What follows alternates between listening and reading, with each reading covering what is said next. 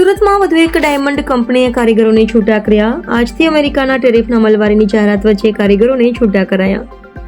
સુરતના કતારગામની ક્રિસ્ડિયામ ડાયમંડ જેમ્સના કારીગરોને છૂટા કરી દેવાયા. 100 જેટલા કારીગરોને અચાનક છૂટા કરી દેવાયા. શું અમેરિકા દ્વારા 50% ટેરિફની સુરત ડાયમંડ ઉદ્યોગ પર અસર શરૂ? છેલ્લા 3 દિવસથી ક્રિસ્ડિયામ જેમ્સના જુદા જુદા ડિપાર્ટમેન્ટના કારીગરોને છૂટા કરાયા. ક્રિસ્ડિયામ વિદેશના વેપારીનું જોબ વર્કનું કામ કરતી હતી.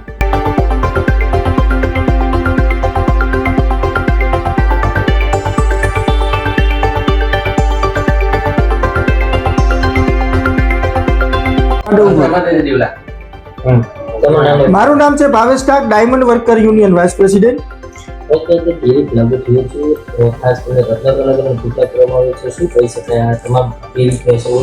અમે કીધું હતું કે ડાયમંડ ઇન્ડસ્ટ્રી ઉપર ટેરિફ લાગશે તો એની ગંભીર અસર આપણા હીરા ઉદ્યોગમાં પડશે.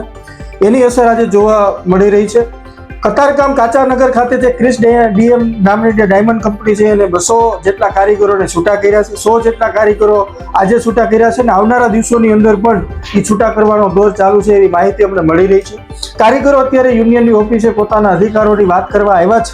તો હું એટલું જ કહેવા માંગુ છું કે જો કારીગરોને છૂટા કરી દેવા, દિવાળીનો સમય છે, દિવાળીના સમયમાં એને કોઈ પણ કામે રાખી શકે એવી પોઝિશન નથી. ઓલરેડી 2 વર્ષ ત્યાં મંદીનો માહોલ ચાલી રહ્યો છે.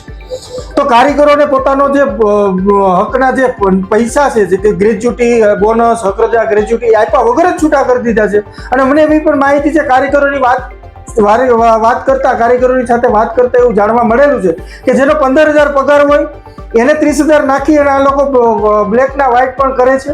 તો આ જે કંપની છે ક્રિસ્ડિયમના માલિક અને સંચાલકો જે છે એની વિરુદ્ધ સખતમાં સખત કાર્યવાહી કરવા બાબતે ડાયમંડ વર્કર યુનિયન તત્પર છે અને આવનારા દિવસોની અંદર અમે કાયદાકીય લડત લડવાના છીએ. આ જે મામલો છે એ અમે કોર્ટની રાહે પણ લડશું. જે અત્યારે કારીગરોને છૂટા કર્યા છે, 10-10 વર્ષ ત્યાં કારીગરો ત્યાં કામ કરે છે, ના તો એને બોનસ આપ્યું છે, ના તો એને ગ્રેજ્યુટી આપ્યું છે, એમને આપ્યા વગર છૂટા કરી દીધા છે. તો આ બાબતે લેબર ડિપાર્ટમેન્ટ, ફેક્ટરી ઇન્સ્પેક્ટર અને પીએફ ઓફિસર ખાસ ધ્યાન રાખવું જોઈએ કે આ કારીગરોને છૂટા ન કરે. આ જે મામલો છે અમે કાયદાકીય લડત આગળ લડીશું. તમારું નામ? રાજેશભાઈ જીવનભાઈ વાછાણી. રાજેશભાઈ, કયા કારખાનામાં નોકરી કરો છો? કેટલા સમય? હું ક્રિસ્ડિયમ માંથી નોકરી કરું છું. ઓમ બિલ્ડિંગ, કાસાનગર. 17 વર્ષ ત્યાં નોકરી કરું છું. કોઈ કારણ જ આપ્યું નથી અને સીધું હાંજે કહી દીધું અમને કે ભાઈ હિસાબ કરી નાખો બધાનો પગાર. છૂટા બતાવી ગયા. પગાર તો કોઈનો 20 હતો, કોઈનો 25 હતો, કોઈનો 23 હતો, કોઈનો 18 હતો. અલગ અલગ પગાર નાખતા ડબલ. અરે ભાઈ વાત કરો માં તમે. અત્યારે દિવાળી ખુશીનો તહેવાર છે. અત્યારે બધાને છોકરા વ્હાઈટ જોતા હોય, દિવાળી પપ્પા કપડા લઈ દે છે, આ લઈ દે છે, તે લઈ દે છે, દેશમાં જશું, ફરવા જશું, બધું મીટિંગમાં મળી ગયું. ઘર પરિવાર તો હવે આડા વ્યાજે લઈને ઉછે ઉધાર કરીને હવે ચલાવવાના. તો પછી દિવાળી મનાવવાની શક્યતા નથી. એવી પરિસ્થિતિ છે બધાની. કોઈ હપ્તા ભરે છે, કોઈ ગાડીના હપ્તા ભરે, કોઈ મકાનના હપ્તા ભરે છે. હપ્તા બધાને ચાલુ જ છે. બ્રેક મારી દીધી ઓછીતાની, કોઈ જાણ કર્યા વગર. અમે જો 15 દી અમે છૂટા થઈ ને તો એમ કે તમારે અગાઉથી 15 દી અમને જાણ કરવાની, 15 દિવસનો પગાર આપશે નહીં. એને ઝટકે 1 દિવસમાં બંધ કરી દીધું. કાંઈ એમને જાણ જ નથી કરી અમને. મારું નામ વિનેશ ખોલકિયા.